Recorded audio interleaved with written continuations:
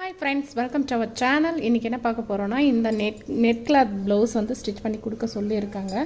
இது வந்து ஸ்லீவுக்கும் கழுத்துக்கும் net lining வராமல் உள்ளே மட்டும் நம்ம இன்னர் பீஸ் போடுவோம் இல்லையா, அந்த இடத்துல மட்டும் லைனிங் கொடுத்து ஸ்டிச் பண்ண சொல்லியிருக்காங்க. இது எப்படி வருதுன்னு சொல்லிவிட்டு நான் வீடியோவில் காட்டுறேன்.